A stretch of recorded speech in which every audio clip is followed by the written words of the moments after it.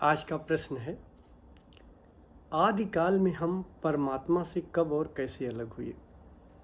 मतलब प्रश्न पूछा गया है, ये अक्सर प्रश्न पूछा जाता है कि क्या कभी हम परमात्मा से अलग हुए, जो इतने परेशान रहते हैं, इतने बेचैन रहते हैं, क्योंकि कभी परमात्मा के साथ रहे होंगे, तो जब उसके साथ रहे होंगे तो बड़ा आनंद रहा होगा। लेकिन आदिकाल में ये हम परमात्मा से अलग कैसे हुए, या आप ये कह सकते हो कि मन चेतना से कैसे अलग हुआ, या हम परमात्मा से कैसे अलग हुए। भाई अलग हुए, फिर अब मिलने की प्रक्रिया में चल रहे हैं, तो हम अलग ही क्यों हुए, किस परिस्थितियों में हुए और क्यों हुए। ये अक्सर प्रश्न पूछा जाता है और अलग अलग तरीके से ये इसको एक्सप्लेन भी किया जाता है। लेकिन मैं आपको बताऊं, ये प्रश्न जितना समझाना कठिन है, उससे ज़्यादा समझना भी कठिन है। दोनों ही कंडीशन है, इसलिए मैं इसको कठिन कहता हूँ। अच्छा, क्यों कठिन कहता हूँ? क्योंकि वस्तुतः ये प्रश्न ही गलत है। प्रश्न अगर सही होता है तब तो उसका उत्तर सही होता है, लेकिन अगर प्रश्न ही गलत हो तो उत्तर बताना मुश्किल हो जाता है। लेकिन अब इसको समझो, इसलिए हम इसको कहते हैं कि ये बहुत कठिन है, क्योंकि दरअसल हम कभी परमात्मा से अलग हुए ही नहीं। ये जो कहा जाता है कि हम परमात्मा से कब अलग हुए, हम कभी अलग नहीं हुए परमात्मा से। हम ये प्रश्न, इसका उत्तर समझाएं, एक छोटा सा उदाहरण आपको देंगे। पहले आप कल्पना करो कि सागर है। जो सागर होता है वो पानी का सागर नहीं है, वो लाइट का सागर है, ऐसे समझो।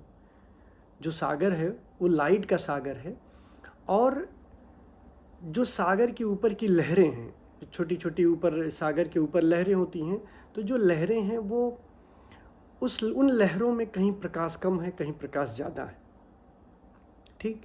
और सागर के नीचे जो गहराई में है वहाँ प्रकाश बहुत ज़्यादा है, ठीक।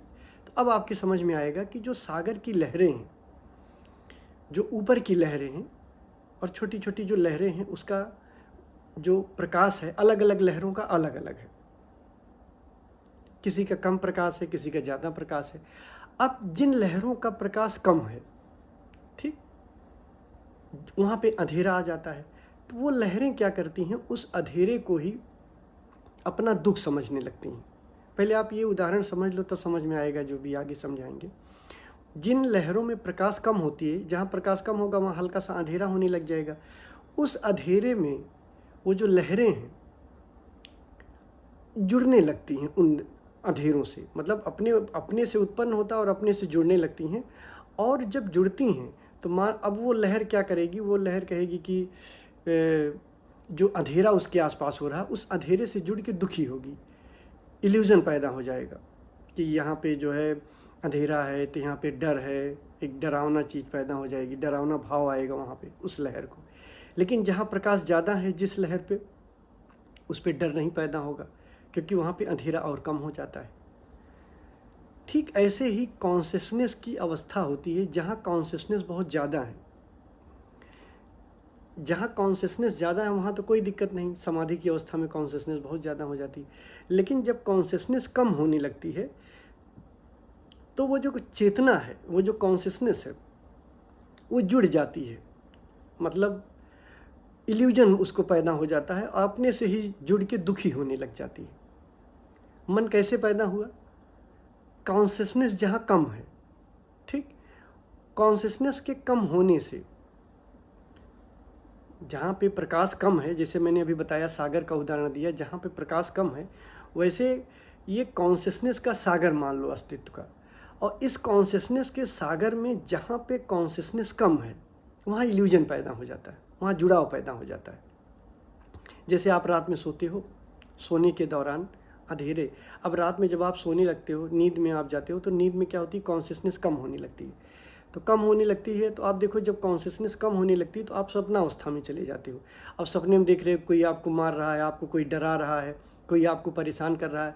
अब वहाँ पे है कौन? आप ही तो हो ना, कॉन्शियसनेस ही तो है, लेकिन कॉन्शियसनेस कम, कॉन्शियसनेस का जो स्तर है वो कम हो गया। अब कम होने के कारण इल्यूजन पैदा हो जाता है। सोते आप अकेले हो, लेकिन देखो सपने में कितनी चीज़ें पैदा कर लेते हो। आपकी भूत भी आ रहा है, कि कोई डराने भी आ रहा है, कोई हमको मार भी रहा है, बहुत सारी चीज़ें पैदा हो जाती हैं। कॉन्शियसनेस कम होता है।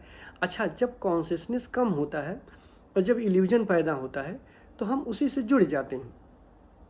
अब यहाँ पे मन पैदा होने लगता है। मन कैसे पैदा होता है कि जब कॉन्शियसनेस की अवस्था कम होती है।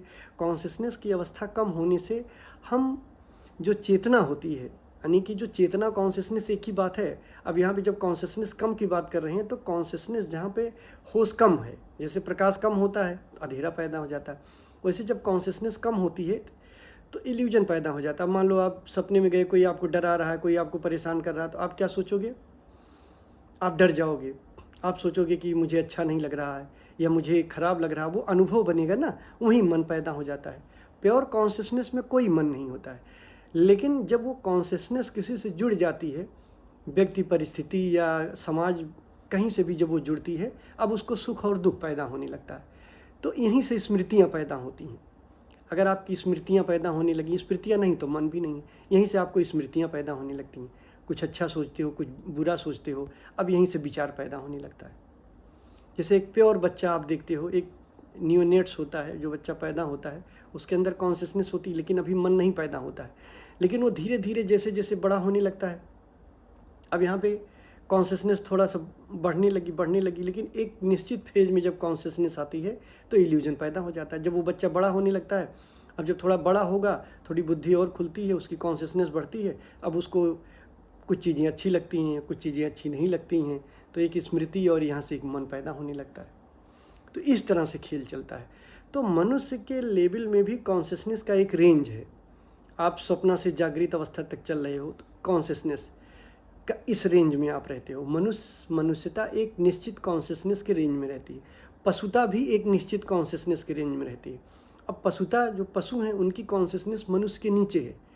तो निद्रा से, सुसुप्ति से, निद्रा से एक निश्चित कॉन्शियसनेस उनके अंदर रहती है, पशुओं के अंदर। पेड़ पौधों में भी एक निश्चित कॉन्शियसनेस रहती है, लेकिन उनकी कॉन्शियसनेस पशुता से भी नीचे है। ऐसे पत्थर में भी बहुत कम कॉन्शियसनेस है, लेकिन उसकी कॉन्शियसनेस पेड़ पौधों से भी कम है, उससे भी कम है। तो कॉन्शियसनेस मूल है कि कॉन्शियसनेस का बढ़ते जाना। अब मनुष्यता के कॉन्शियसनेस में, यहाँ पे हम जब मनुष्यता के कॉन्शियसनेस में आते हैं, तो जब मनुष्यता के कॉन्शियसनेस में आते हैं तब यहाँ हम सुखी दुखी होते हैं। पर्टिकुलर किसी से जुड़ गए तो दुखी होने लगे, किसी से जुड़ गए तो सुखी होने लगे।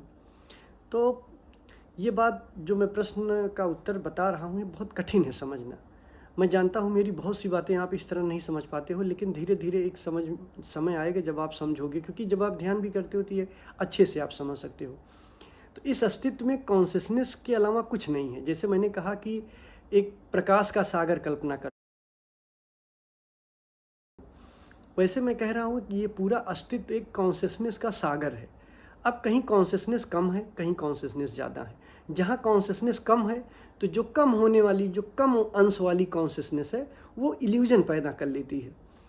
वो अपने ही रूप से डरने लगती है। जैसे आप निद्रा में इल्यूजन पैदा कर लेते हो और डरने लगते हो। और रहते हो अकेले, सपने में आप कितने भी दुखी हो, कितने भी पीड़ा में हो, परेशान हो, कितना भी परेशान हो, लेकिन रहते तो आप अकेले हो ना।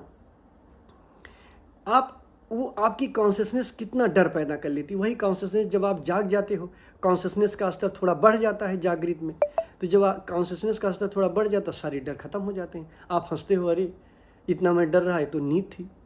ऐसे ही जब जागृत से भी और ज़्यादा कॉन्शियसनेस आपकी बढ़ती है और कॉन्शियसनेस की अवस्था में जाते हो, सुपर कॉन्शियसनेस की अवस्था में जाते हो, जिसे मुक्ति कहते हैं या समाधि कहते हैं, वहाँ ये भी खत्म हो जाता है। जब आप वहाँ पहुँच जाते हो तो ये मनुष्यता, ये जो जागृत वाली कॉन्शियसनेस है, इस पर हंसी आती है। हर कॉन्शियसनेस के एक निश्चित अवस्था में एक निश्चित सपने हम देखते रहते हैं। मूल बात इसका क्या है कि कॉन्शियसनेस का ये सागर है, और कॉन्शियसनेस का जो सागर है, इसका हर अंश कहीं कम है, कहीं ज़्यादा है कॉन्शियसनेस में। तो हर कॉन्शियसनेस का एक निश्चित दायरा होता है। मान लीजिए एक निश्चित कॉन्शियसनेस की एक निश्चित अवस्था होती है। हर कॉन्शियसनेस एक निश्चित तरह का इल्यूजन हम पैदा किए होते हैं। जब हम सपने वाली अवस्था में होते हैं तो एक कॉन्शियसनेस की एक निश्चित अवस्था होती है, जहाँ एक निश्चित तरह का हम इल्यूजन पैदा करते हैं, डर पैदा करे रहते हैं। अब जागृत अवस्था में जब मनुष्यता में होते हैं तो आप जो नॉर्मल जागृत अवस्था है इसमें भी देखो आप सुखी दुखी होते हो, इस कॉन्शियसनेस में भी रहते हो, कौन रहती है कॉन्शियसनेस ही, लेकिन हर स्तर की कॉन्शियसनेस एक नए तरह की, एक अलग तरह का डर पैदा किया रहता है अपने भीतर, उसके भीतर एक नया तरह का, एक नए तरीके का डर होता है, वो स्तर पे होता है। लेकिन जब आप सुपर कॉन्शियसनेस में चले जाते हो तो वहाँ कोई डर नहीं होता, वहाँ सारे सपने खत्म हो जाते हैं। तो ये पूरा अस्तित्व कॉन्शियसनेस का सागर है। अब कॉन्शियसनेस अपने अलग अलग अवस्था में यहाँ रहती है, हर अंश कॉन्शियसनेस का, जैसे मैंने बताया सागर की हर लहर एक निश्चित प्रकाश में रहती है, कोई कम है कोई ज़्यादा है, वैसे ये पूरा अस्तित्व कॉन्शियसनेस का सागर है। और इस सागर में कॉन्शियसनेस का हर अंश एक अलग अलग अवस्था में रहती है, अपने होश की एक अलग अलग अवस्था में रहती है, और होश की हर अवस्था एक नए तरह का इल्यूजन, नए तरह की डर पैदा होती है। और हर डर से, हर जुड़ाव से हम मन पैदा हो जाता है। मन कैसे पैदा होता है? जोड़ से पैदा होता है। अगर आप गहराई से देखो, शरीर तो आपका मरा हुआ है, तो शरीर की मृत्यु नहीं, क्योंकि शरीर पहले से ही मरा हुआ। कॉन्शियसनेस कभी मरती नहीं, तो कॉन्शियसनेस की कोई मृत्यु नहीं। तो मृत्यु होता किसका है? संबंधों का, जो जुड़ाव है, जो कॉन्शियसनेस शरीर से जुड़ी हुई है, जब ये जुड़ाव खत्म हो जाता है, इस जुड़ाव की ही मृत्यु होती है, जुड़ाव की ही मृत्यु होती है, जो हम जुड़े होते हैं। तो ये समझ लो पूरा अस्तित्व ये कॉन्शियसनेस का सागर है, और इसी कॉन्शियसनेस में कॉन्शियसनेस का हर अंश अलग अलग कॉन्शियसनेस की अवस्था में रहता है, और हर अवस्था में एक नए तरह का डर पैदा होता है, और उस नए तरह के डर से विचार पैदा हो जाता है, मन पैदा हो जाता है। तो अगर गहराई से देखा जाए तो चेतना से कभी मन अलग हुआ ही नहीं, बस हमारे होश की अवस्था कम ज़्यादा रही। हमारा होश कभी कम रहा है, हमारा होश कभी ज़्यादा रहा है। तो हमारा होश जिन अंश में कम रहा है वहाँ पे हम दुखी हैं, हम परेशान हैं। हमारा होश जिस लहर में, जिस अंश में बढ़ जाता, वहाँ हम सुखी हो जाते हैं, आनंदित हो जाते हैं। तो ये कॉन्शियसनेस का सागर है, जो जिसे हम चेतना कहते हैं, परमात्मा कहते हैं। और इससे हम कभी अलग हुए नहीं। हम का मतलब, अगर हम अपने को मन समझते हैं तो मन का तो कोई अस्तित्व ही नहीं। मन कैसे पैदा होता है? कॉन्शियसनेस किसी से जब जुड़ती है तो जुड़ने के कारण उसको अच्छा लगता है या बुरा लगता है। इस अच्छा और बुरा लगने से स्मृतियाँ बनती हैं, यही मन पैदा हो जाता है। जैसे बच्चा छोटा है, एकदम कोरा है, जब बच्चा थोड़ा बड़ा होता है, जिस समाज से जुड़ता है, जिस व्यक्ति से जुड़ता है, कुछ अच्छा लगता है, कुछ बुरा लगता है, तो एक तीसरा पैदा हो जाता है, जिसको हम नकली अहंकार, जिसको हम मैं कहते हैं, जिसको मन कहते हैं, मन पैदा हो जाता है। तो इसी तरीके से मन पैदा होता है। मन कभी ऐसा नहीं होता, मन का अस्तित्व ही नहीं है। इसीलिए तो ऋषियों ने मन को माया कहा है। मन यानी कि संसार, इसको माया कहा है, क्योंकि मन का अलग से कोई अस्तित्व नहीं है। लेकिन वही कॉन्शियसनेस जब किसी व्यक्ति से, किसी समाज से, किसी परिस्थिति से जुड़ती है तो विचार पैदा होता है, और उसी विचार के कारण वो स्मृतियाँ होती हैं, वही मन होता है, वहीं से सुखी दुखी होती है। तो ध्यान रखना है, कॉन्शियसनेस के सिवाय कुछ भी नहीं है। तो जब कॉन्शियसनेस ही कॉन्शियसनेस है तो हम कब अलग हुए? आदिकाल में परमात्मा से कभी अलग अलग नहीं हुए हैं। बस होश का लेवल हमारा बहुत कम था। अब धीरे धीरे अगर हम अपनी सजगता से होश को बढ़ाते चले जाएं, हम उस सुपर कॉन्शियसनेस की अवस्था में पहुंच जाएं, तो हमें ये पता चल जाता है कि हम सारे भ्रम से मुक्त हो जाते हैं। तो ये समझना, इसको समझने की कोशिश करना, जो हमने बताया है समझ में आएगा। फिर अगर कोई दिक्कत हो तो आप प्रश्न पूछिएगा। धन्यवाद।